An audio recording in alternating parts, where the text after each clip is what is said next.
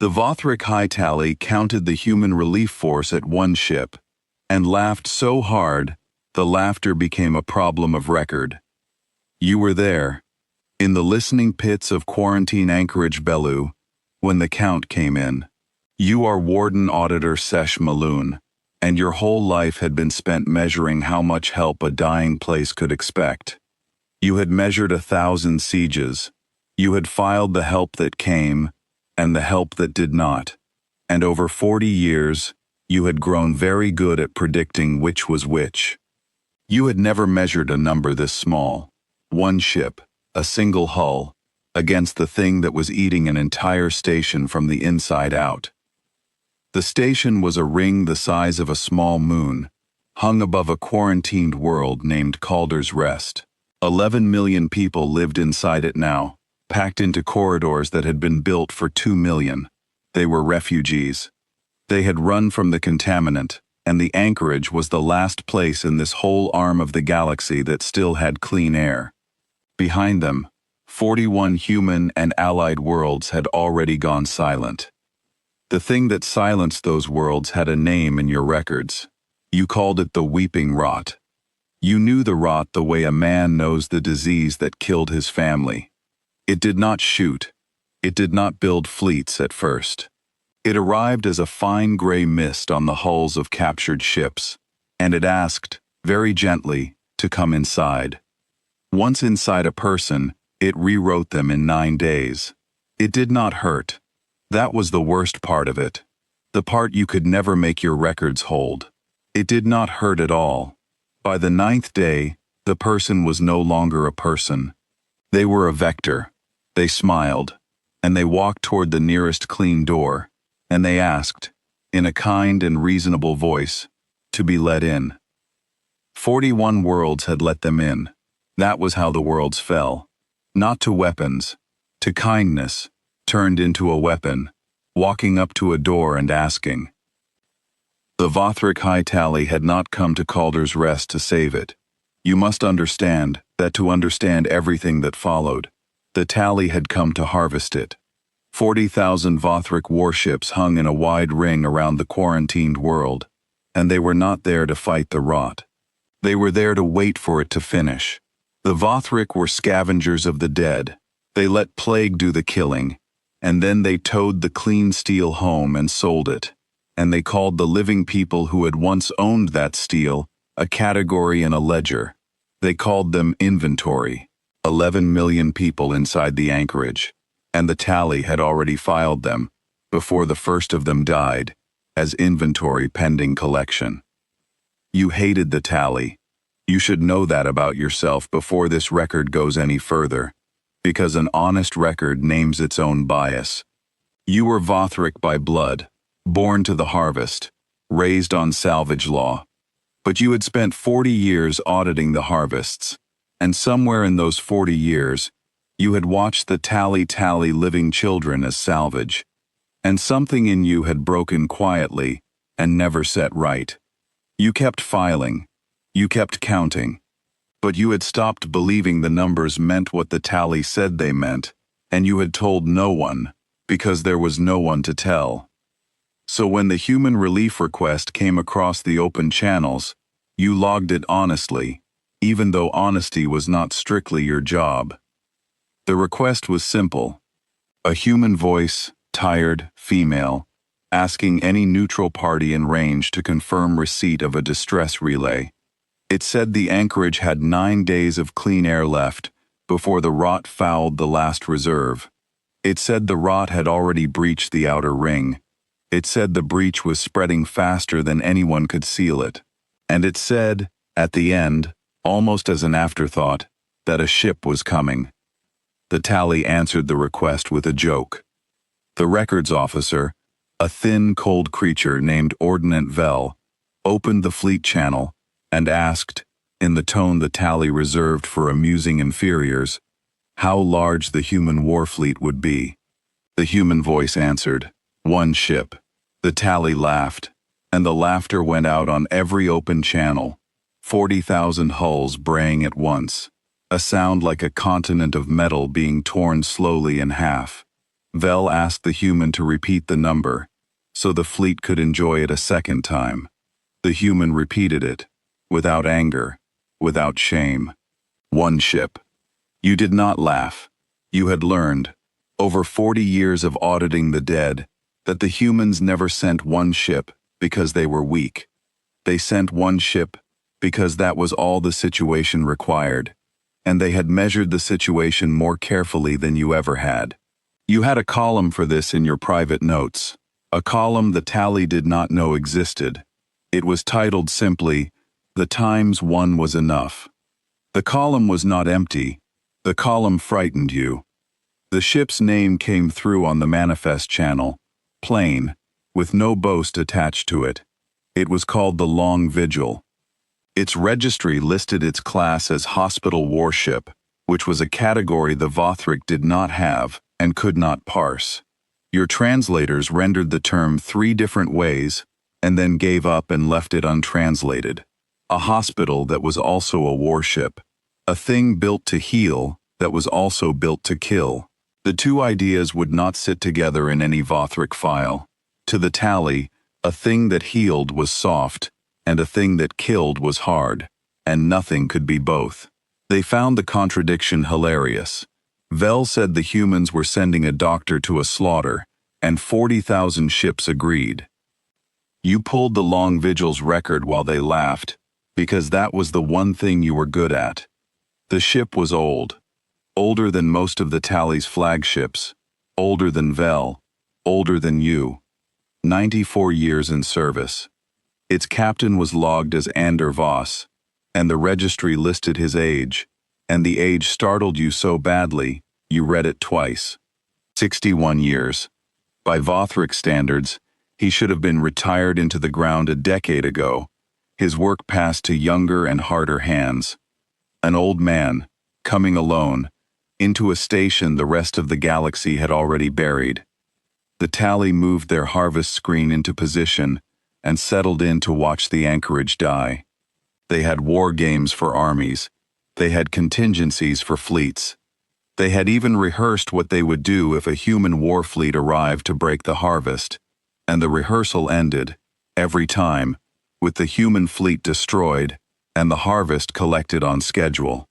They had nothing in their files for what was actually coming, because what was actually coming did not fit any category the tally owned, and a thing that fits no category cannot be planned against. It can only be witnessed. You sat in your listening pit, and you watched a single point of light separate itself from the dark beyond the harvest ring, and turn, without hurry, without panic, without any of the desperate speed of a thing rushing to its death, toward 11 million people the galaxy had written off. It moved like a thing that had decided where it was going, a very long time ago, and saw no reason now to discuss the route with anyone. And for the first time in 40 years of auditing the dead, you felt something you had no column for. You felt hope. And it frightened you more than the rot ever had, because hope, in your experience, was the most expensive thing a dying place could feel, and it was almost always wrong. You did not yet know that this would be the one time it was right. The Long Vigil crossed the outer ring of the tally's 40,000 hulls without asking permission and without slowing down. You watched it on the harvest screen. The ship was not large by warship standards. It measured 900 meters from prow to stern, which made it smaller than a tally cruiser, and far smaller than the great harvest barges that hung at the back of the fleet, waiting to be filled. But it did not move like a small thing. It came through the gaps in the ring with the unbothered patience of a thing that had crossed 1,000 such rings before, and you realized, watching it, that it had. 94 years. The record said 41 plague worlds. This was not the first armada the Long Vigil had walked through to reach the dying. It was only the first one you had been allowed to see. The tally hailed it. 40,000 ships, and they sent one message, because they were certain one would be enough. Ordnance Vel told the Long Vigil to hold position and submit to inspection. He told it the space above Calder's Rest was a designated harvest zone, and that any vessel entering the zone became the property of the High Tally under salvage law. The Tally was very proud of salvage law. It was the legal instrument by which they turned the murdered into merchandise, and they had killed a great many people with it, slowly, on paper, after the plague had killed them quickly in the flesh. The long vigil answered.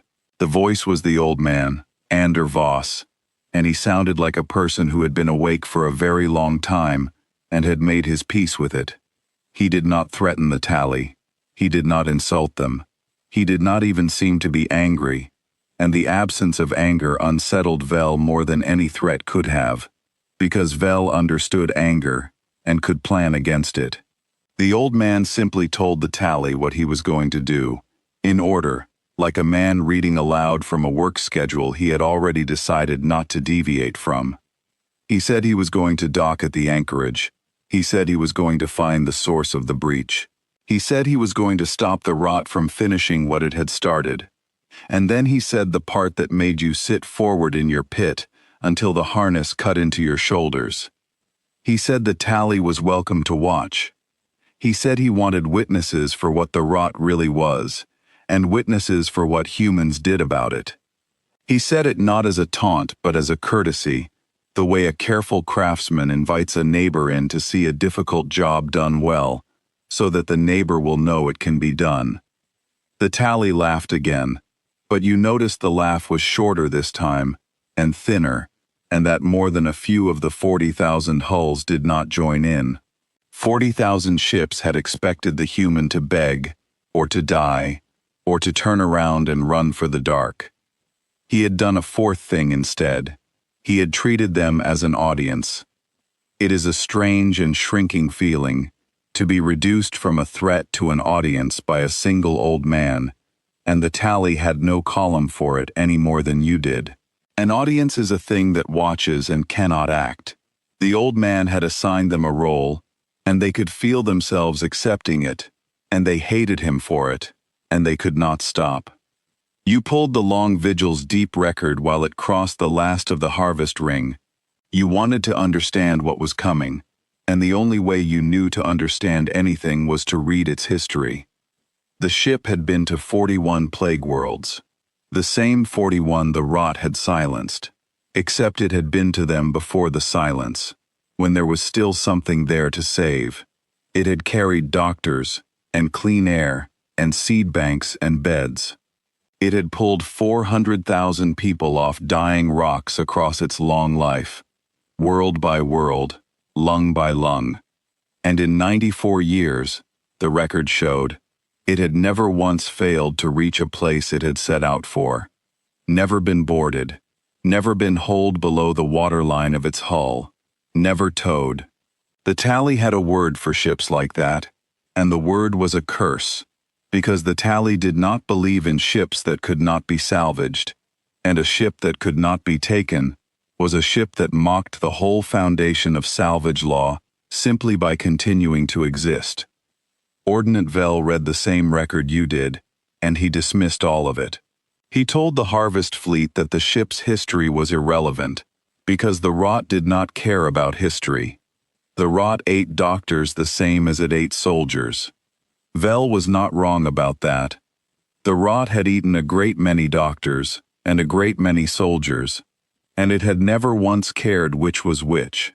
But Vel had made an error you recognized, because it was an error you had made yourself, long ago, before the breaking. He assumed the human had come to fight the rot the way everyone fought the rot, head on, hull to hull, fire against the gray. The human had not come to fight the rot, he had come to understand it. And those are not the same thing, and the difference between them is the whole of this story. The long vigil reached the anchorage and did not dock at the warports. This confused the Tally, who had expected the human, if he reached the station at all, to take up a defensive position at one of the gun decks. Instead, the long vigil came slowly around the great ring, past the warports, past the cargo locks, to the medical receiving bay on the inner face. The one built long ago for hospital ships. The one no warship had used in 20 years, because no warship had ever wanted to be seen near it.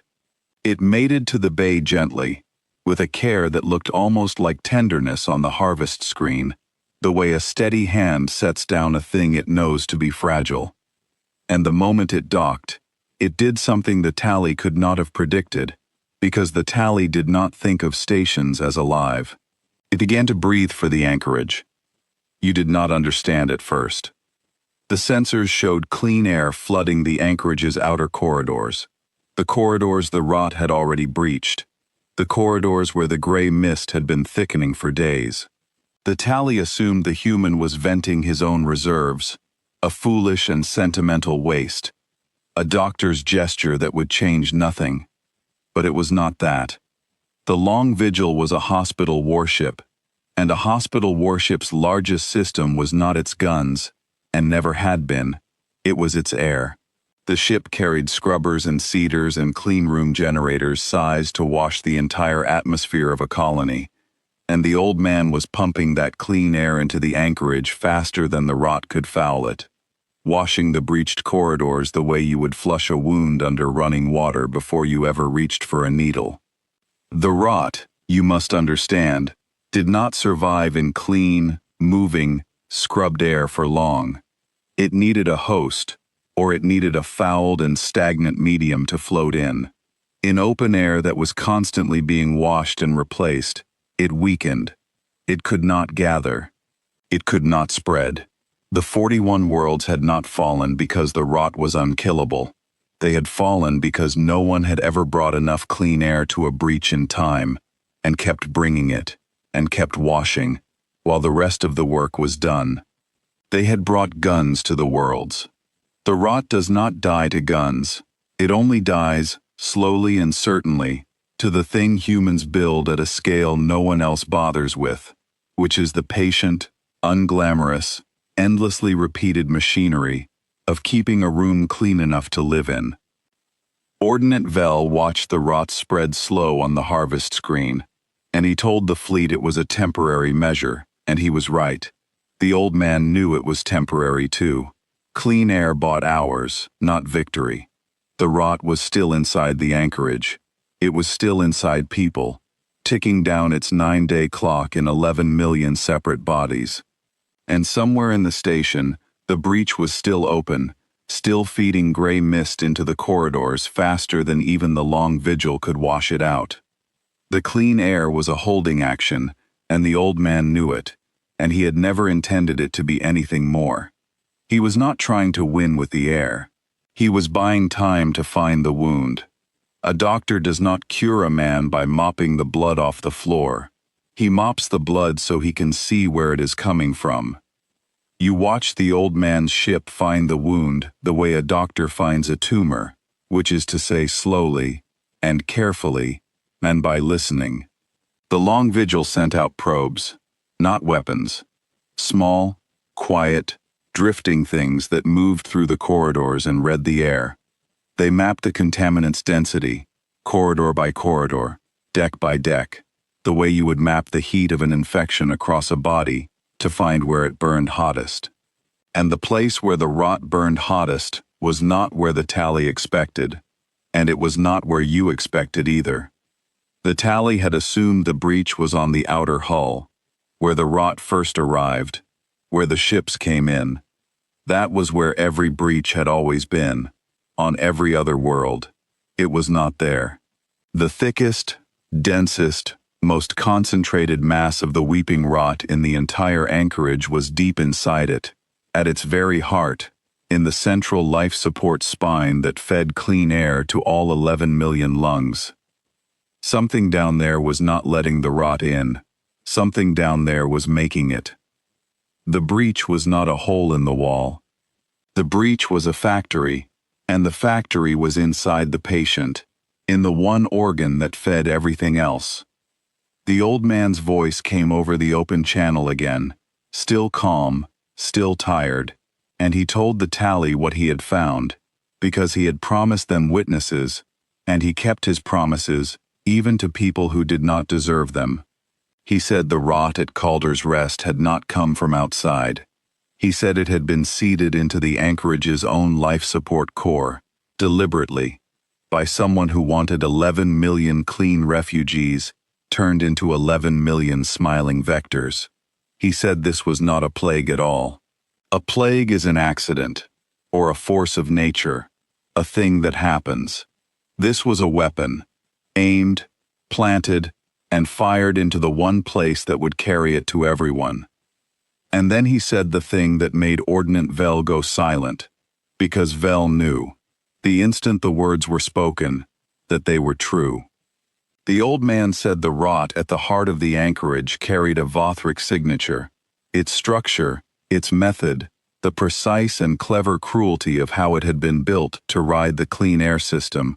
All of it bore the unmistakable fingerprints of a Tally weapons lab.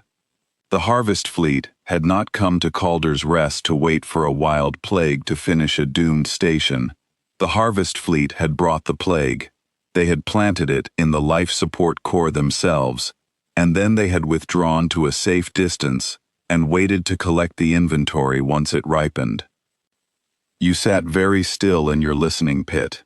You had audited the Tally for 40 years, and in all that time, you had carried one suspicion you could never prove, a suspicion so heavy you had never written it down even in your private column. You had suspected that the Tally did not merely scavenge the dead. You had suspected that they made the dead, that the harvests arrived too conveniently, too clean, too soon, world after world, plague after plague, as if someone had set a timer. You had no proof. You had only a long ledger of coincidences that lined up too neatly to be coincidence, and a feeling in the part of you that had broken and never set right. The old man had the proof. He had read it in the air, in 9 hours, with probes instead of weapons, and he had read it out loud, on an open channel, to every neutral receiver in range.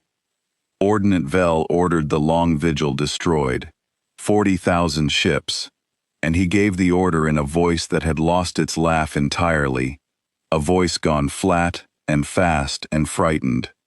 He had been content, an hour before, to be an audience. Now he wanted to be an executioner, because the human had seen and spoken the one thing the Tally could not allow to be witnessed, and a witness, unlike a doctor, can be silenced with guns. The 40,000 hulls of the High Tally turned their weapons on a single 900-meter ship docked at the heart of a station full of refugees. And you, Warden Auditor Sesh Maluan, did the first dishonest thing of your career, which was also, you have come to believe, the first honest thing. You opened a private channel to the long vigil, a channel the Tally did not monitor because they did not imagine one of their own would ever use it, and you told the old man the firing order had been given. He thanked you. He used your name. He had read it off the signature of your listening pit, which meant he had been listening to you, quietly, as carefully as you had been listening to him the whole time. And then he said something you have never forgotten, in all the years since. He said the Tally could fire all 40,000 guns, and it would not matter, because the only target that counted was already inside the ship, and the ship was already winning. He said the rot was a wound, and the anchorage was the body, and he had not come all this way to kill the wound. He had come to close it, and a body, he said, fights for itself the moment you give it the chance. You did not understand what he meant. You would, in about 9 hours, when the heart of the anchorage stopped weeping and began, against everything you had ever filed, to heal. You went back through the long vigil's logs that night, while the harvest fleet still hung in the dark, pretending it had not lost. You had access you should not have had, and you used it, because you were an auditor, and an auditor reads the books no one once read. What you found in the ship's history changed the way you understood the number 1. The long vigil had answered 406 distress calls in 94 years. You counted them by hand. 406 times, a place had been dying, and 406 times, a single ship had turned toward it, while larger powers calculated whether the rescue was worth the fuel. The tally would have called this recklessness. The tally measured a fleet's worth by what it could take and bring home. By that measure, the long vigil was worthless. It had taken nothing in 94 years. It had only ever given, and given, and given, until you began to wonder whether giving, done at a great enough scale and with a steady enough hand, was its own kind of force, a weapon the tally had no defense against, because they had never imagined anyone would build one. There was a pattern in the logs that made the back of your neck go cold. The old man had not gone to the easy rescues. He had not gone where the rescue would be celebrated, and the cargo would be grateful, and the records would gleam. He had gone, again and again, to the places everyone else had already written off. The plague worlds, the poisoned colonies, the stations that other captains' logs described with the single dismissive word, lost. The old man's logs described those same places with a different word. He wrote, not yet. 41 of those not yets had become lost anyway, because he had arrived too late, or without enough air, or with the wound already too deep to close.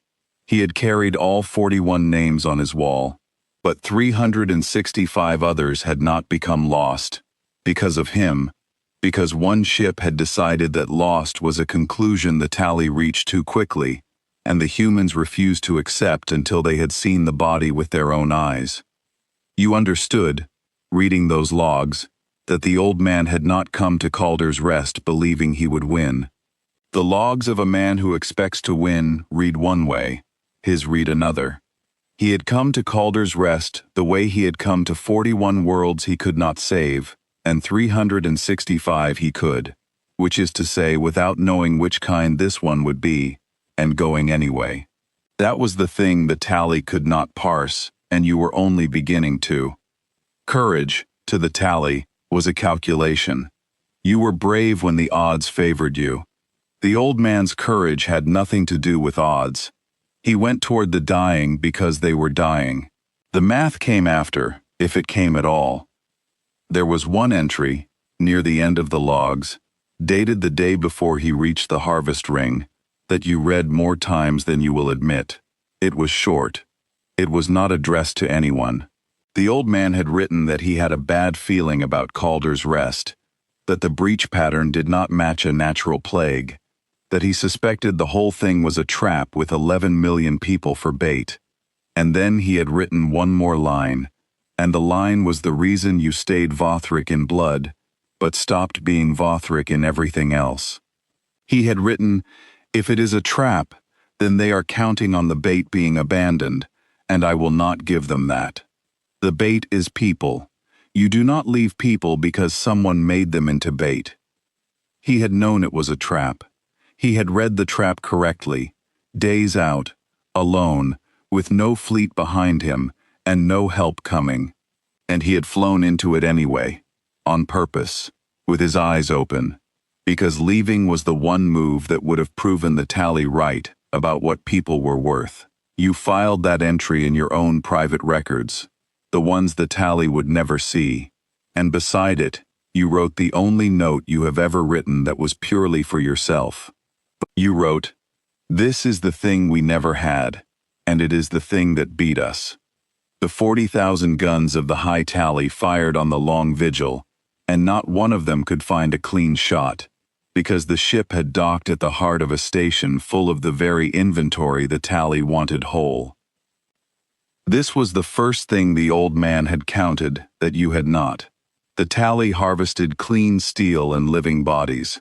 They did not blow up the prize. The long vigil had not docked at the medical bay out of sentiment, or by accident, or because the warports were full.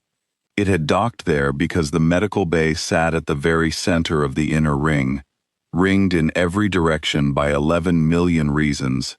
The tally could not simply open fire. Every shot that could reach the long vigil had to pass first through the anchorage, through the corridors, through the inventory. And the inventory was the entire reason the fleet had come.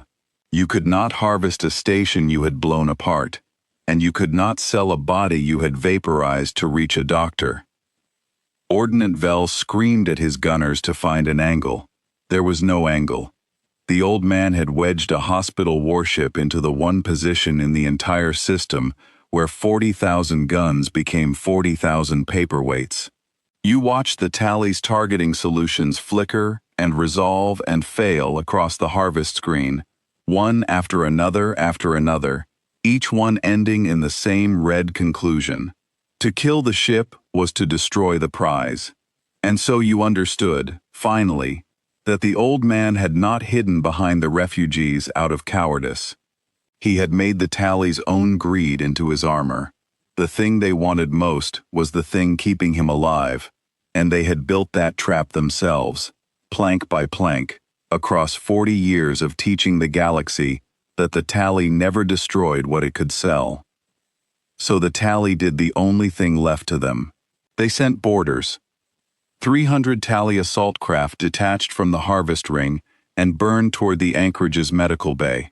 They were not afraid of the Long Vigil's guns, because a hospital warship, they reasoned, would carry very few. They were right about that.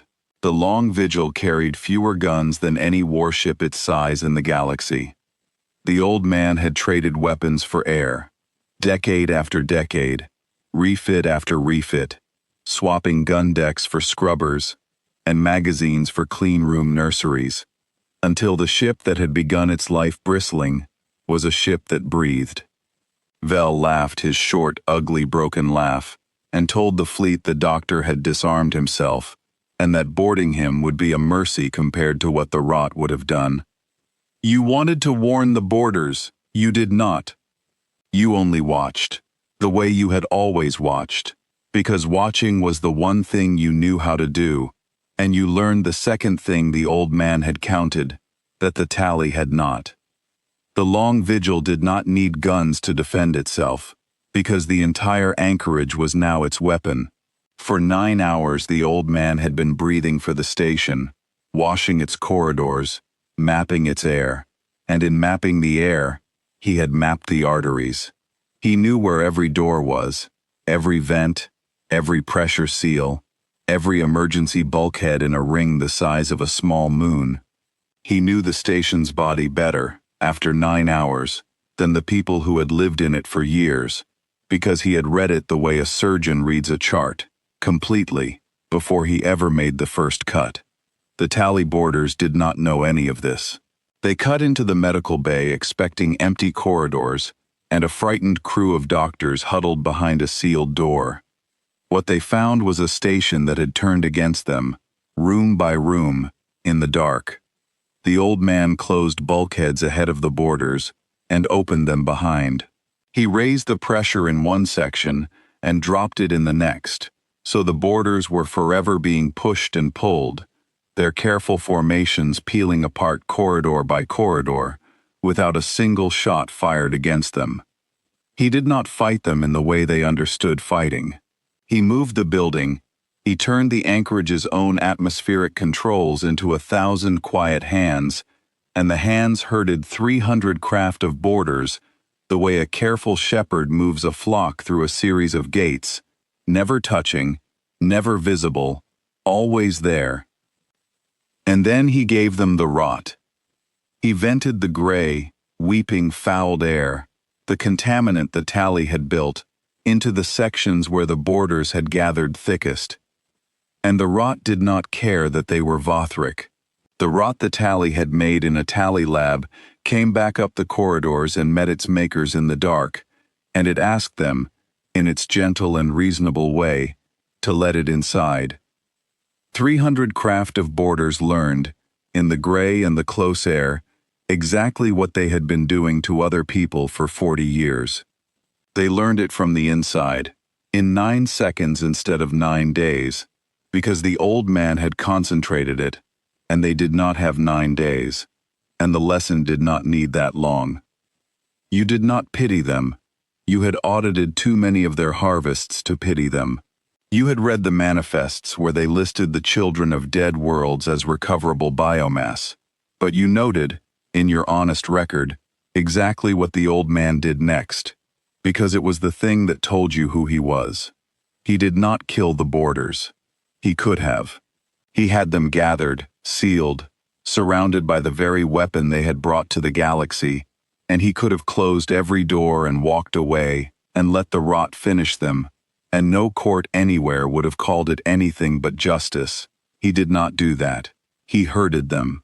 He drove them, with pressure and bulkhead and the edge of their own plague, back to their assault craft, and he opened the locks, and he let them flee. He spared every one of them. 300 craft limped back toward the harvest ring, fouled and frightened, carrying nothing but the knowledge of what they had touched. You should know what was happening outside the station, while the old man worked inside it, because it is the part the tally most wanted forgotten, and the part you have made it your life's work to remember. The open channel the old man kept running did not only reach you, it reached everyone. Every neutral receiver, every passing freighter, every listening post of every species within range of Calder's Rest was hearing the same thing you were hearing, in the same calm, tired voice, in real time, with no delay and no edit, and no chance for the tally to shape the telling afterward. The old man had understood something about witnesses that the tally never had. The tally believed a thing was true if the record said it was true, and so the tally spent its energy owning the records. The old man believed a thing was true if enough people had seen it with their own eyes, and so he made sure they did. He did not leave the truth to be filed. He broadcast it while it was still happening, when it could not yet be denied. And so 100 neutral powers, who had spent a generation telling themselves that the harvests above the plague worlds were a regrettable kindness, a way of putting the steel of the dead to use, listened to a Vothric lab signature, read off a plague at the heart of a station full of living refugees, and could no longer tell themselves anything. They heard it the way you heard it. They could not unhear it. The tally had built its whole empire on a story the galaxy mostly chose not to examine, and the old man had pried the story open on every channel at once, and let the light in. And a story cannot be reshut once that has happened. You watched the diplomatic traffic light up across the harvest screen. You were an auditor. You read the side channels as easily as the main one. 3 neutral governments demanded the harvest fleet stand down. A 4th recalled its ambassador from the tally capital. A trade compact that had looked the other way for 40 years suddenly remembered it had principles. None of it would have happened from a report filed quietly after the fact. The tally had survived 1,000 quiet reports. It could not survive being watched, live, in the act, by a galaxy that had finally been given no way to pretend. Ordnance Vel saw it too. You watched him see it. You had access to his command feed, because the tally trusted its auditors, and the tally was about to learn what a mistake that trust had been. Vel sat on his flagship and watched the channel he could not jam carry, the old man's voice outward, and watched the neutral powers turn one by one, and you saw, in the slump of him, the moment he understood that the old man had beaten him in a war Vel had not even known he was fighting. Vel had been planning how to take a station. The old man had been planning how to end an empire, and he had done it with a microphone he simply never turned off. Vel tried to jam the channel. You logged the order. The jamming failed, because the old man had routed the signal through the anchorage's own civilian relays, 11 million people's worth of redundant antennae, and you cannot jam a station without jamming the very inventory you came to collect. And Vel could not bring himself to do that even now, even at the end, because greed is a habit that does not break even when it is killing you. So the channel stayed open. The truth kept pouring out, and Vel sat in the middle of 40,000 ships and discovered that he commanded none of the things that mattered. Inside the station, The crew of the long vigil worked the air the whole time, and you could hear that too, under the old man's voice, the steady background sound of the ship breathing. Corinvale called out pressures and densities in a low, even voice, the way a person reads to themselves while they work. Hesse Lund moved through the corridors behind the borders, checking the people the herding had pushed past, making sure no refugee had been caught in the bulkhead sequences, treating the ones the panic had hurt. There was no shouting on that channel. That was the thing that struck you most. Listening. 40,000 ships had filled the dark with braying laughter and screamed orders, and inside the dying station, 4 people went about the most dangerous work in the galaxy in quiet, practiced, unhurried voices, like a surgical team that had done this 100 times, because they had. The contrast told you who was actually in control, and it was not the fleet with the guns. Ordnant Vel could not understand it.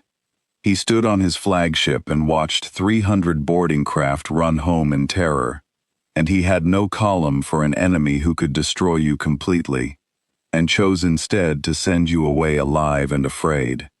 To the tally, mercy was a weakness, a soft place in an enemy that a hard enemy used. They did not understand that the old man's mercy was not a soft place at all. It was the hardest thing about him. It was a message, and the message was this. He could have killed them all, easily, and he had decided not to, the way a doctor decides, by asking what the body needed, and the body did not need 300 more corpses rotting in its corridors. The body needed the wound closed. Everything else was a distraction from the work, and the old man did not let distractions kill people, not even the people who had come to kill him.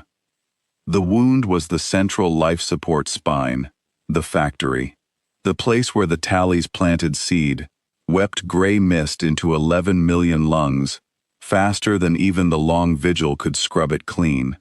The old man had bought hours with clean air. He had bought more hours by turning the station against the borders. But the factory was still running, and as long as it ran, the anchorage would die the instant the long vigil ran out of clean air to pump. And even a hospital warship has a bottom to its tanks. The old man was not winning a war of attrition. He was racing a clock he had only slowed, not stopped. So the old man left his ship. You did not expect this. The tally did not expect this. A captain does not leave his hull in the middle of a siege, not when 40,000 guns are hunting it, and 300 boarders have just been driven from its decks. But the long vigil was not only a ship to the old man. It was a body he trusted, a thing that could breathe for the anchorage without his hand on the helm, the way a heart beats without being told. So he left the ship breathing, and he took a small team down into the spine, into the heart of the wound, to shut the factory off by hand, because some things cannot be done from a distance, and a wound this deep has to be closed by someone willing to put their hands inside it. The team was 4 people. You learned their names later, because the old man read them into the open record himself, slowly, deliberately, so that there would be witnesses, so that if none of them came back, the galaxy would at least know who had gone down. There was a young engineer named Pell O'Conroe, who had been born on one of the 41 silenced worlds, and had survived only because the long vigil had pulled him off it as a child, and who had spent every year since learning how the rot was made, so that he could one day learn how to unmake it. There was a medic named Hesse Lund, who had no weapons training at all and went anyway, carrying a bag of things meant to save lives into a place designed to end them. There was a quiet woman named Corin Vale, the ship's airmaster, who knew the long vigil's scrubbers, the way a musician knows an instrument they have played for 30 years, by feel, in the dark, without thinking. And there was the old man, Ander Voss, 61 years old, walking into the most concentrated rot in the galaxy, with a closed helmet and a steady hand, and a voice that did not shake. You listened to them go down. The old man kept the channel open the entire way. He had promised witnesses, and he kept his promises, even when the only witness on the other end was a Vothric auditor he had every reason to distrust. The spine was worse than anything in your records. The rot down there was not mist anymore. It had stopped being weather and become a creature. The tally's seed had grown, in 9 days, into a single gray mass that filled the central core from floor to vault, pulsing, weeping, reaching up with gray fingers into the life support arteries that fed the whole ring. It was not a machine, it was alive. In the wet and patient way the rot was always alive, and it had been growing in the dark at the heart of the station for 9 days, while 11 million people breathed its poison and called it air. Peloconro looked at it for a long moment, and then he said one word, and the word was a name. He recognized it. He had seen tally lab notes on a thing like this once, years ago, in a stolen file, a thing the tally had designed on paper and never deployed because they had not been able to control it. They had deployed it now. The gray mass in the spine had a name in a tally file, and the name was the communion, because the tally had built it to make every separate person into one shared, smiling, obedient body. A single will, wearing 11 million faces, all of them content, all of them gone. The old man looked at the communion. He looked at the thing that had eaten 41 worlds, the thing the galaxy had no answer for, the thing the tally had built to turn 11 million refugees into inventory that would walk itself willingly into the barges. And he did not despair. He did not pray. He did not call for help that was not coming, because he had known from the start that no help was coming, that there was only ever going to be one ship and 4 people, and the work. He took the readings Corin Vale handed him. He studied the air the communion breathed, the fouled gray medium it floated in and fed on, and he found, the way he always found, the one true thing about the wound that would let it be closed. The communion was alive, and anything alive, the old man knew, can be made to choke. There was a moment in the spine, before the end, that the old man kept on the open channel, and you have replayed it more than any other. The team had reached a junction where the communion had grown thickest, where the gray reached floor to vault, and the readings on Corin Vale's instruments climbed past anything in the long vigil's century of records. Peloconro stopped there. You heard it in his breathing first, the catch and the silence, the sound a person makes when the thing they have spent their whole life preparing to face is finally in front of them, and is worse than they let themselves imagine. He had been a child on a world this thing ate. He had grown up learning its shape so he could one day stand where he was now standing, and standing there he froze, the way anyone would freeze, the way you would have, the way the whole 40,000 of the tally had frozen in their own bright safe ships when the surge came. The old man did not order him forward. You waited for the order. The tally would have given the order, and shot the engineer if he did not obey, because that was how the tally moved frightened people through dangerous places. The old man did something else.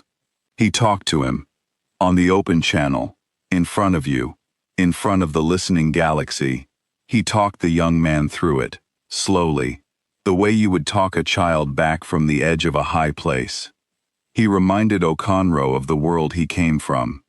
He named it.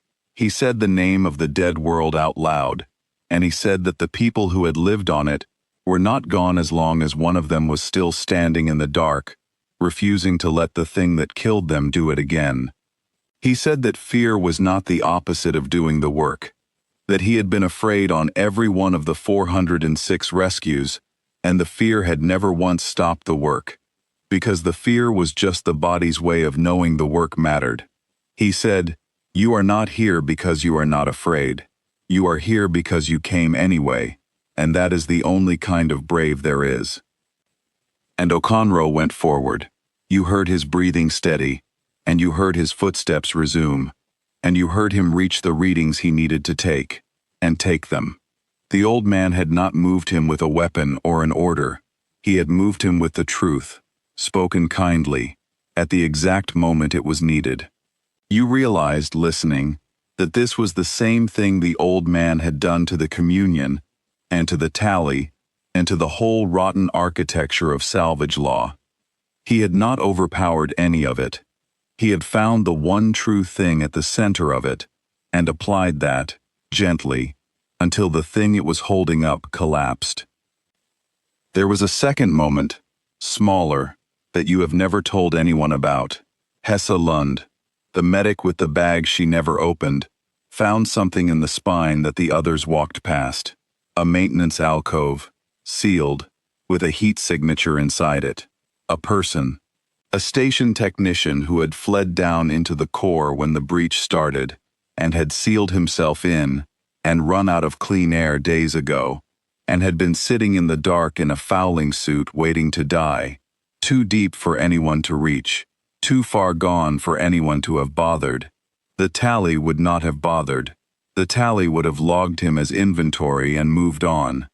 Hesse Lund stopped. She made the team stop. And in the middle of the most important 9 minutes of the whole siege, with a galaxy-eating plague choking in front of them, and the clock running out, the old man let her stop.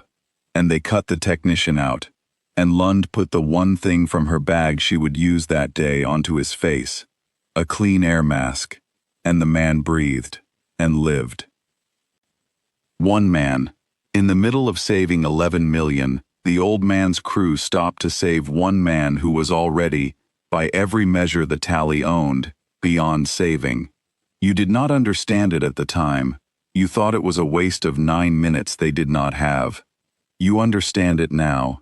To the old man there was no difference in kind between 11 million and 1. There was no number at which a person stopped being worth stopping for. That was the whole secret. The tally thought in inventory, in totals, in numbers large enough to round off the people inside them. The humans never rounded off. 11 million was just 1, 11 million times, and not one of them was ever a rounding error, and so not one of them was ever abandoned. And that was why the old man flew into a trap he had read perfectly days in advance, and that was why his crew stopped for a dying technician, with the clock running out, and that, in the end, was the thing 40,000 ships had no answer for, because you cannot outcalculate a people who refuse to do the calculation at all. The technician's name was Ren Calloway, and he walked out of the spine on his own 2 feet, and he was one of the 11 million breathing clean air when the old man gave the last of the ship away. He never knew how close he had come to being a number. None of them did. That was the point. The old man saved people who would never know they had been saved, and asked nothing back, and that is a thing the tally still cannot do, and still cannot understand, and it is the reason they lost a war in which they never fired a shot that mattered. The old man's plan to kill a thing that had eaten 41 worlds was, in the end, almost insultingly simple, and that was exactly why it worked, and exactly why the tally had never thought of it. He did not try to burn the communion. Fire only scattered the rot, broke the gray mass into a billion drifting motes, and made more of it, spread wider and harder to gather. The tally had tried fire, on a dozen worlds, and the worlds had fallen faster for it. He did not try to cut it. Cutting only opened it, and released the gray mist into the air in a flood, and a flood was exactly what the communion wanted. The tally had tried cutting, on a dozen more worlds, and lost every one. They kept treating the rot like an enemy soldier to be killed, a thing you destroy by doing it violence, and they had never once, in 41 defeats, treated it like what it actually was, which was a body. A body is not killed by violence. A body is killed by taking away the thing it needs to live. The communion breathed. That was the whole of the key, and the old man had found it in the air readings the way you find a name you have always known on the tip of your tongue. It was alive, and alive things breathe, and the communion breathed the fouled gray medium that it made and floated in. The old man's entire career, 94 years of one ship and 41 worlds, had been the science of air. He had washed the air of dying worlds before they fell. He had learned the one thing the tally never bothered to learn, because the tally never saved anyone, and so never needed it. He had learned exactly what the rot needed in order to live, down to the last particle, and he had learned that you could take it away, and that taking it away was harder and slower and less satisfying than any weapon, and that it worked when every weapon failed. Corin Vale ran a line from the long vigil's scrubbers down into the spine, not to vent clean air at the communion in a stream, the way the tally would have understood a counterattack, to pull the foul air out from underneath it. The old man did not flood the heart of the wound with anything. He reversed it. He turned the anchorage's own life support spine, the great central lung that fed the ring, into a single enormous machine for exhaling, and then he made that lung breathe out, and he did not let it breathe back in. He took the air away from the thing that breathed it, the way you would lift a drowning weight off a chest. You watched the readings on your listening pit, and you did not breathe yourself, for a long while, as if your own stillness might help. The communion began to weaken almost at once, and the speed of it told you how perfectly the old man had read the thing. It had been built to spread through fouled, stagnant air, to thrive in the gray medium it made around itself.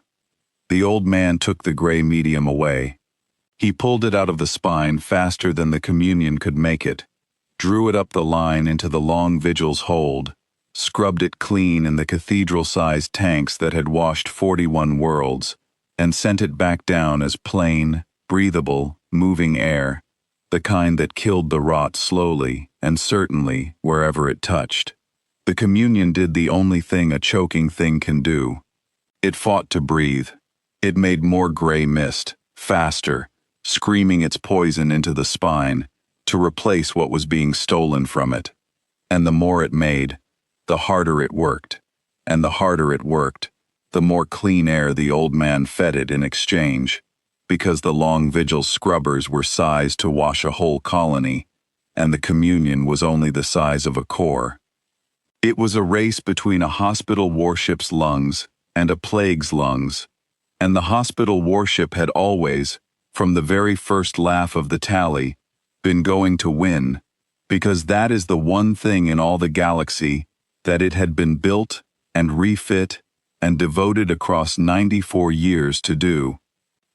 But the communion was not only a body, it was a will, and as it choked, it reached. Not at the old man, who was beneath its notice, a small warm thing it could not even properly see.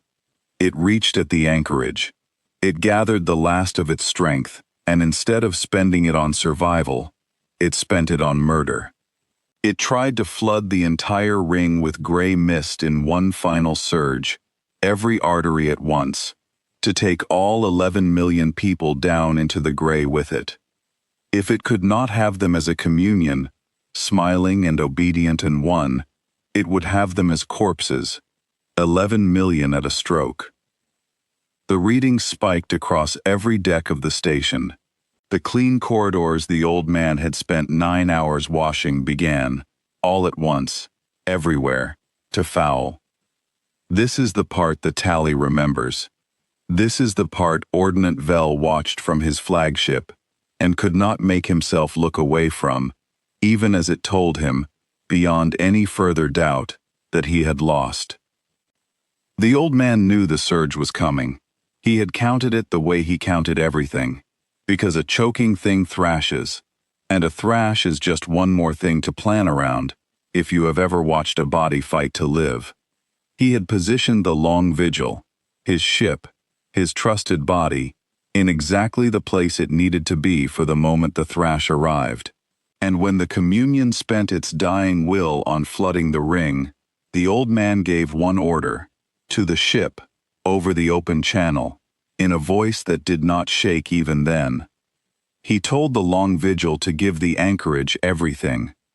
Every reserve, every tank, 94 years of careful, hoarded, hard-won clean air, the air that had washed 41 worlds and saved 400,000 lives, all of it, held back for emergencies across a lifetime, spent now in a single breath into the whole ring at once.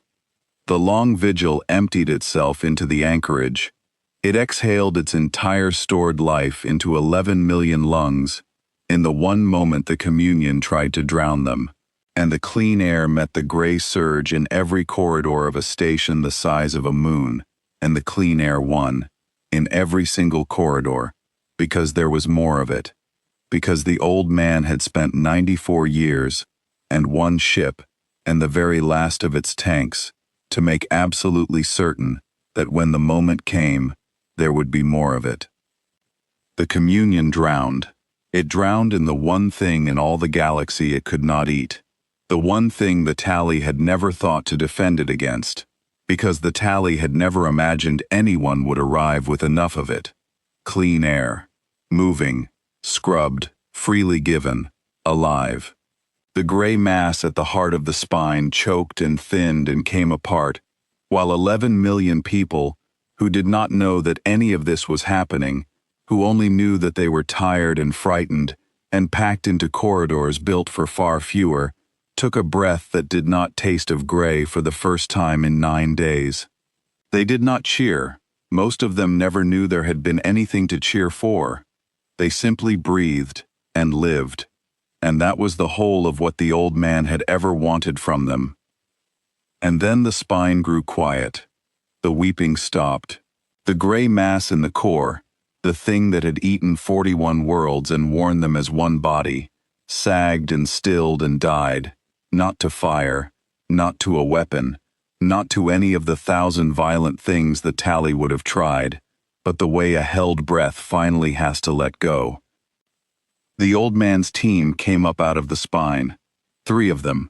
Pelo Conroe, who had been pulled off a dying world as a child, and had spent his life learning to unmake the thing that killed it, and who had finally, in the cold dark of the core, unmade it. Hessa Lund, the medic, carrying her bag, which she had opened exactly once, for one dying technician no one else would have stopped for. And Corin Vale, the airmaster, who had run the line that turned a station into a lung, and who came up last, looking back, again and again, at the dark she was climbing out of. 3 came up. The old man did not. You learned why from the channel he had kept open the whole time. The channel that was still carrying his voice when the others had gone silent. When the long vigil emptied its reserves into the anchorage in that final breath, the spine itself lost pressure, because the ship had been breathing for it, and now had nothing left to give. A seal in the core failed in the surge, an old seal, the way old seals do at the worst possible moment, and the old man was standing at it. He held it shut with a manual override, with his hands, his body braced against it, so that the clean air would flow up into the ring where the people were, and not bleed out through the breach into the dark and the dead core where no one lived. He held the seal so the station could have the breath. He held it with his own weight and his own hands, and he did not let go, because letting go meant the breath went into the void instead of into 11 million lungs, and that was a trade he had decided, somewhere across 94 years, that he would never make. He did not call for help. He had the channel open. He could have. He told his team to go up instead. He told them the work was done, and done well, and that they should not come back down, that there was no time, and no air, and no reason. And the last thing he said, to his crew, to you, to the 40,000 ships of the High Tally, who had laughed at one ship, and now hung in dead and total silence around a station they could not harvest, was not a boast, and not a curse, and not a final word of defiance. He said, "This is what the ship was for." He said it the way a man closes a book he is glad he spent his life writing, with satisfaction, and with peace, and without the smallest trace of regret.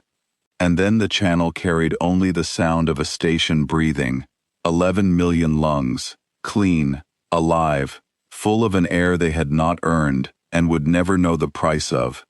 And one old man somewhere in the quiet heart of it, who had spent the very last of himself to make that sound, and who was, by the time the breath reached the outer ring, already gone into the air he had given away. Ordnant Vel gave no orders. He had none left to give.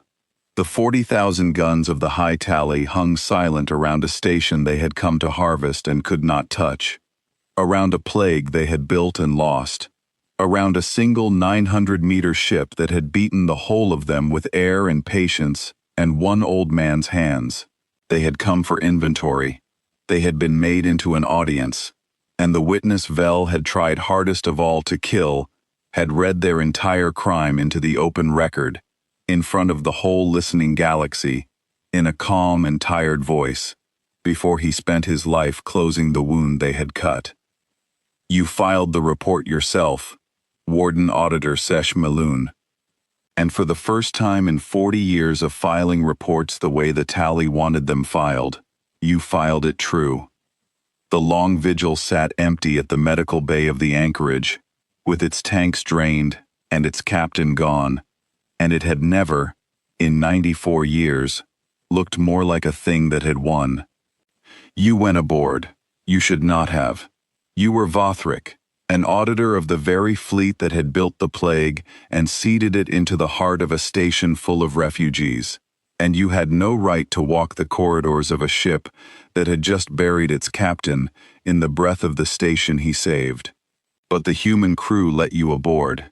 They had heard your private warning on the channel, the warning that the firing order had been given. They knew that one Vothric, somewhere down in the listening pits of the harvest fleet, had broken with his own kind to tell the old man the truth.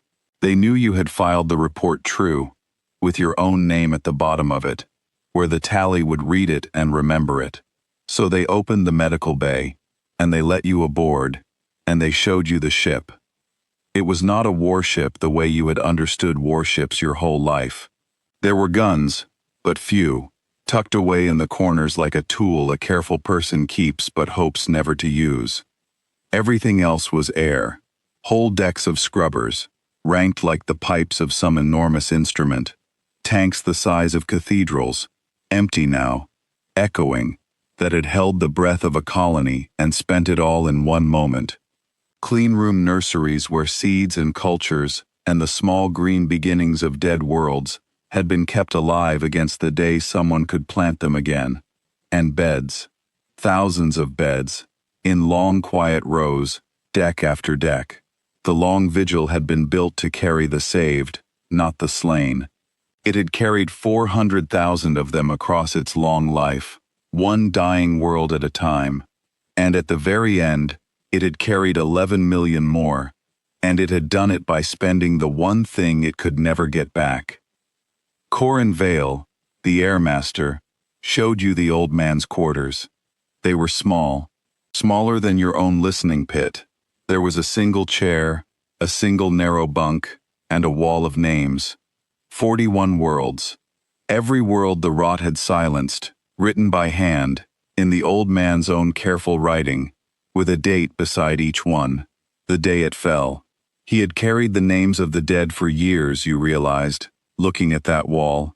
He had not come to Calder's Rest as a stranger to grief, or as a hero looking for one more victory.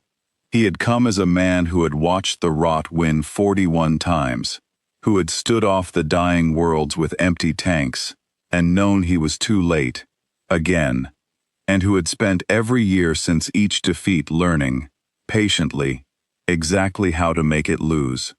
Just once, just one time, before he ran out of years. He had made it lose once. At the very end, at the cost of his own life, he had made it lose, and the once was 11 million people who would never know his name. Pell O'Conroe, the engineer who had been pulled off a dying world as a child, showed you the spine. The communion was dead, a gray husk drying in the cold core, already crumbling. Okonro stood over it for a long time without speaking. When he finally spoke, he told you that the tally had designed the communion to be unkillable, and that they had very nearly been right, and that the only thing in the whole galaxy that could have killed it was the one thing the tally had never built, because the tally had never saved anyone, and so had never been forced to learn it. Clean air, given freely, in enough quantity, by someone willing to give the very last of it.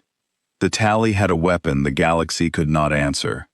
And the answer, it turned out, had been a 94-year-old hospital warship and one old man who knew how to breathe for a body that could not breathe for itself, and who was willing to keep breathing for it until there was nothing of him left. You asked Okonro why the old man had come alone. One ship, against 40,000. You had to ask, because it was the question your whole life had been built around. The question of how much help a dying place could expect. And one ship had never, in 40 years, been the answer to anything. Okonro looked at you as though the question itself did not quite make sense, and then you watched him understand that to a Vothric it would not. He said the old man had not come alone. He said the old man had come with 11 million reasons, and a ship that could breathe for every one of them, and a crew of 4 who would walk into the heart of a plague without a single weapon between them. He said that was not alone. He said the tally had counted the ships and missed the people, the way they always counted the ships and missed the people, and that they would go on missing the people forever, because counting was the only thing they had ever learned to do, and there are things in the galaxy that counting cannot find. You thought about your own 40 years of counting. You did not argue. There was one more person you needed to find, and you found her on the 3rd day, in the relief coordination office the human crew had set up in the old medical bay. She was the voice from the very first message, the tired one, the one who had answered the tally's joke about the war fleet with 2 words and no shame. Her name was Marin Okafe, and she had been the Anchorage's own coordinator, a refugee herself, one of the 11 million, who had taken on the job of begging the galaxy for help because no one else would do it. She had not flown a ship or fought a plague. She had sat in a small room with a transmitter for 9 days and asked, over and over, for someone to come, and she had been laughed at by 40,000 ships, on every open channel, while her station died around her. You expected to find her broken, or bitter, or hollowed out by what she had been through. She was none of those things. She was at a desk, organizing the teaching schedules, deciding which station engineers would learn the scrubber designs first, so they could teach the next group fastest. She was already thinking about the next breach, the one that had not come yet, the one she was determined the Anchorage would meet on its own feet. You asked her, because you could not help it, whether she had ever doubted the ship would come, whether, in those 9 days of laughter, she had believed it was hopeless. She looked at you for a moment, this small, tired human who had been laughed at by an empire, and she told you something you have carried ever since. She said she had never once asked the galaxy whether help was coming. She had only ever asked it to come. Those are different questions, she said. The first one you ask when you want permission to give up. The second one you ask when you have already decided not to. She had decided not to on the first day, she said. The way the old man had decided not to leave the trap days before he reached it. The way the whole species seemed to decide things, quietly, ahead of time, and then simply do them, no matter what the numbers said. You understood, talking to her, that the old man had not been an exception. That was the thing that finished the breaking in you, the thing that turned you from a Vothric who doubted into something else entirely. You had told yourself, watching the long vigil come, that you were seeing one extraordinary man, one ship in 1,000, a freak of courage that proved nothing about the rest. But the old man had been ordinary, among his own. Marin Okafe had sat in a dying room and refused to ask if help was coming. Hessa Lund had opened her bag for one technician in the middle of saving 11 million. Pello Conroe had gone forward into the gray because the old man named his dead world and reminded him who he was. They were not exceptional humans. They were just humans, doing the thing humans did, which was to refuse the conclusion the rest of the galaxy reached too quickly, the conclusion the tally lived on, the conclusion that some people are too far gone to be worth the cost of saving. You asked her what she would do now. She said she would stay and teach, and when the anchorage could stand on its own, she would go somewhere else that could not yet, and begin again. She said there were a great many places that could not yet.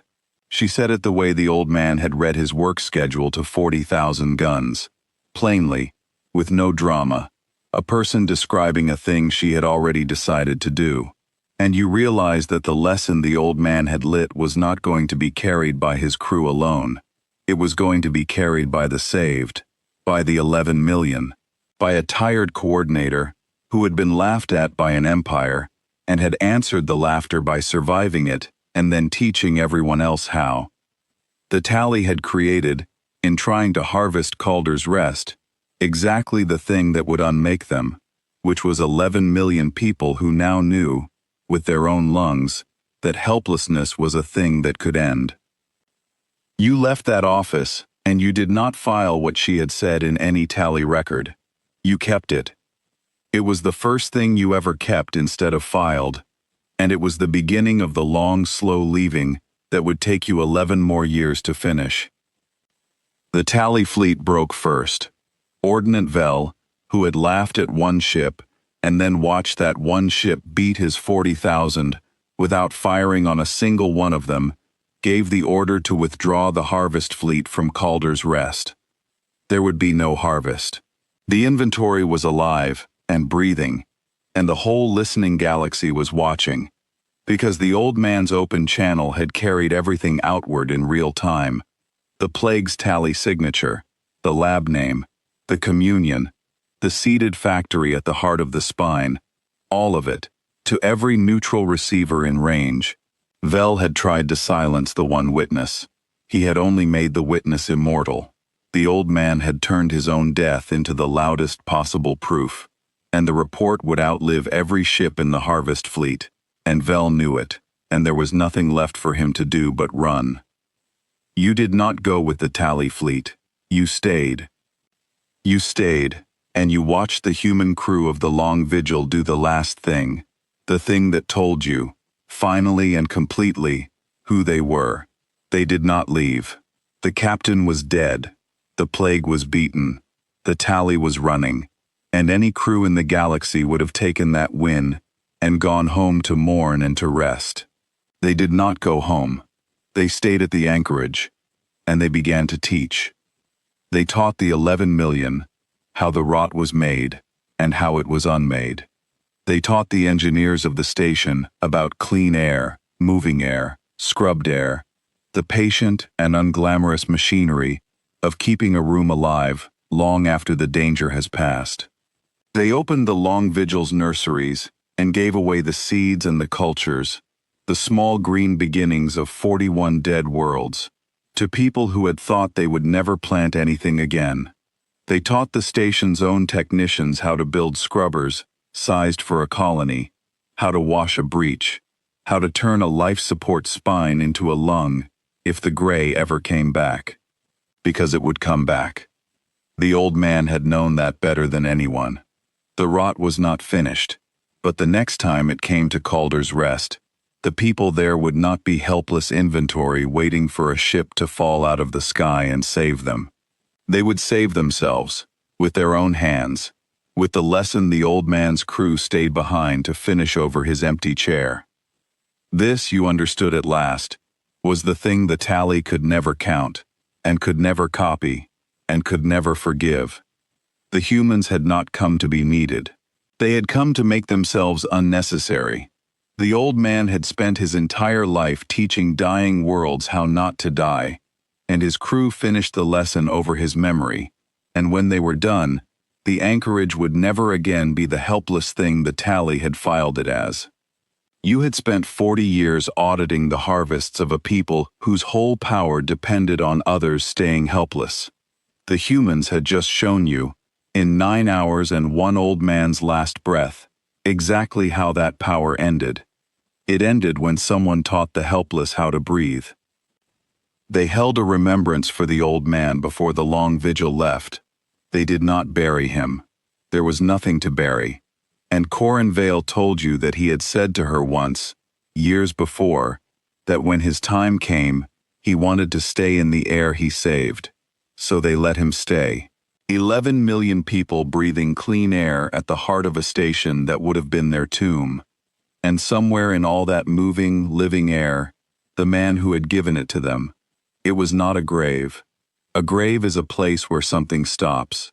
This was a place where something kept going. The humans, you were learning, did not think much of graves. They thought of what kept going, and they spent themselves to keep it going, and they counted that a fair price. And they were, as far as you could ever tell, completely sincere about it. You filed your final entry on the matter of Calder's Rest. You wrote that the High Tally had manufactured a plague in a tally lab and seeded it into the life support core of a station holding 11 million living refugees, in order to harvest them once they died, and that they had been defeated by a single hospital warship and one human captain who breathed for the station until he could no longer breathe himself. You wrote that the plague carried a tally signature, and you attached the proof, all of it, the readings, and the lab name, and the open channel. You wrote your own name at the bottom, Warden Auditor Sesh Maloon, and your hand did not shake when you wrote it, even knowing the tally would read it, and know you for what you had become. You had audited the dead for 40 years. The old man had taught you, in 9 hours and the last breath of his ship, that the auditor of the dead has one duty that stands above all the others, and the duty is to tell the truth about who killed them, no matter who is listening, no matter what it costs. The tally tried, in the years that followed, to make the matter of Calder's Rest disappear. You watched them try. You were still inside the tally then, still an auditor, still trusted enough to see the orders come down. And the orders were all about erasure. They wanted the report unfiled. They wanted the signature on the plague disputed. They wanted the open channel recordings called a forgery, a human trick, a piece of propaganda. They were very good at erasure. They had erased 41 worlds and called it salvage. They thought they could erase one old man and one ship and one breath given away in a dead core. They could not. And the reason they could not is the last thing you have to tell, because it is the thing that turned one rescue into the end of an empire. The 11 million remembered. The tally had not counted on that, because the tally had never left survivors who could remember. Their whole method depended on the dead staying dead and the steel staying silent. But Calder's Rest was full of the living, 11 million of them, and every one of them had watched a single human ship turn toward a station the galaxy had buried, and every one of them had taken a breath, on the 9th day, that did not taste of gray. You cannot erase a breath. You cannot file 11 million people back into inventory once they have learned, with their own lungs, what the difference is between a power that comes to take you and a power that comes to keep you breathing. The lesson the old man's crew had stayed behind to teach did not stay on Calder's Rest. The people there carried it outward, because that was how the old man had built it, to spread on its own once it was lit, the way clean air spreads, the way a true thing spreads once enough people have felt it to be true. The engineers who had learned to build colony-scale scrubbers taught other engineers. The technicians who had learned to wash a breach taught other technicians. The seeds from the long vigil's nurseries, the small green beginnings of 41 dead worlds, went into the ground of a dozen new ones. And everywhere the lesson went, it carried the same quiet, unkillable fact that the rot was not unbeatable, that the tally had built it, that a single ship had beaten it with air and patience and one old man's hands, and that the helpless were only helpless until somebody taught them to breathe. The harvest fleets started coming home empty. You audited the empty manifests yourself, year after year, and you understood what you were looking at. The tally's whole power had rested on a galaxy that believed the rot could not be stopped, and the dying could not be saved, and the only sensible thing to do was to get out of the way and let the scavengers have the steel. The old man had broken that belief, not on one world. Everywhere the report reached, which was everywhere, because the witness Ordnant Vel had tried hardest to kill, had made certain of it with his last calm breath. Once a people stop believing they are helpless, you cannot harvest them, and salvage law becomes what it always was underneath, which is theft from the murdered, and a galaxy that has seen the murdered saved does not let the thieves come home in peace. You left the tally in the 11th year. You will not pretend it was brave. You were old by then, older than the old man had been, and you had spent a lifetime filing the harvests, and the leaving cost you nothing the way it would have cost a younger auditor with a career still to lose. But you left, and you took the records with you, all of them, the real ones, the ones that proved what the tally had been doing for centuries, before Calder's rest, the manufactured plagues and the seeded cores, and the living children logged as biomass. You gave them to the humans. You gave them to a young man named Pel Oconro, who was a captain by then, of a hospital warship of his own, a new one, the second of its name, and who took the records and thanked you, and used your name the way the old man had used it, as if it were worth something, as if you were worth something, which no Vothric had ever once made you feel. The long vigil is still out there, the first one, the old man's, the one that gave its last breath to a station the galaxy had buried. They did not retire it, they keep it flying, refilled and refitted, beds empty and ready, tanks full again, turning still toward the places everyone else has written off. There is a wall inside it with 41 names on it, and there has been no 42nd, because the lesson the old man lit has reached enough worlds now that the rot cannot find a helpless one to feed on. The tally that laughed at one ship is gone, broken on the simple, impossible fact that you cannot harvest people who have been taught to live. And somewhere in the moving air of a station above Calder's Rest, 11 million breaths deep, there is an old man who knew it was a trap and flew in anyway, because the bait was people, and you do not leave people. You have thought a great deal, in the long years since, about the moment the tally first laughed. It is the moment everything turned on, though no one knew it at the time. 40,000 ships heard one ship and laughed, and the laughing was not a small thing, was not mere cruelty, was a confession. They laughed because, in the whole of their understanding, a thing was strong in proportion to its size, and a fleet was worth what it could take, and one was a number you brought to a surrender, not a war. Every assumption the tally had ever built its empire on was inside that laugh, and every one of those assumptions was wrong, and the old man knew they were wrong, and he flew his single hull into the middle of the laughter precisely because it was the fastest way to prove it to a galaxy that had been waiting, without knowing it, for someone to prove it. There is a thing you have come to believe that you could never have believed before Calder's Rest. The tally did not lose because the old man was stronger. By every measure the tally owned, the old man was nothing, a doctor, an old man, one ship, a man so far past his prime by Vothric reckoning that he should have been in the ground. The tally lost because the old man measured a different thing. They measured what could be taken. He measured what could be kept. They counted the ships. He counted the lungs.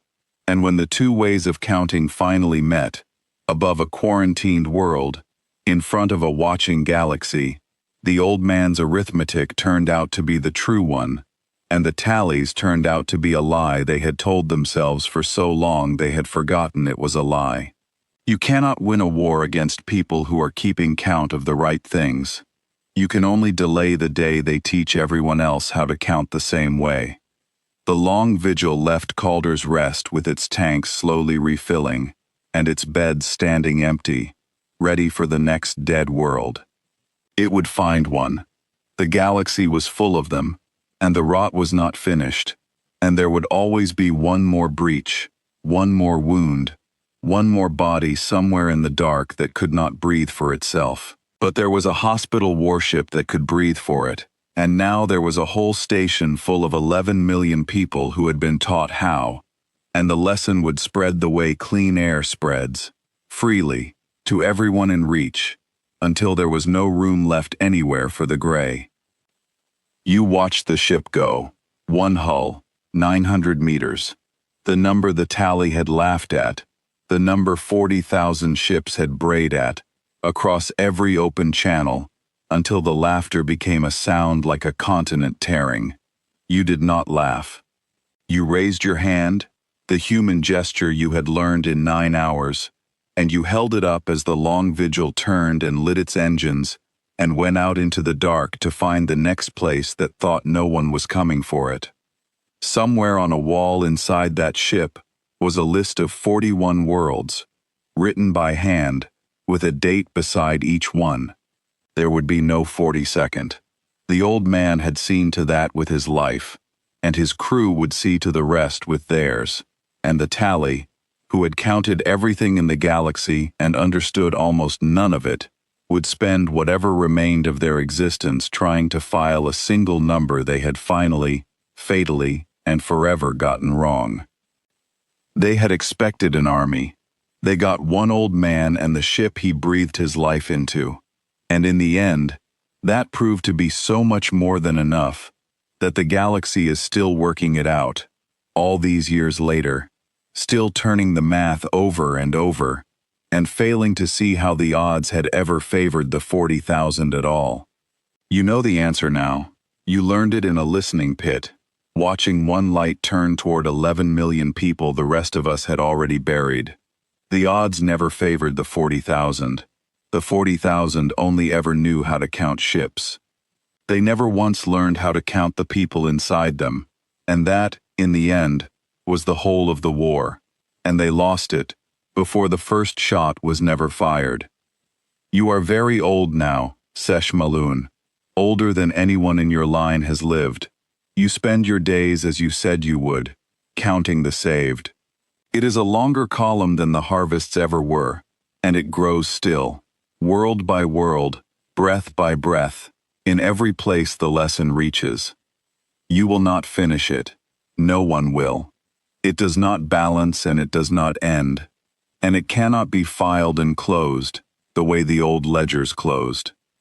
The old man would have told you that this is exactly what makes it the only column worth keeping, and in the long quiet years at the end of a life you spent on the wrong side of a war you did not know you were in, you have come, at last, completely, to believe him.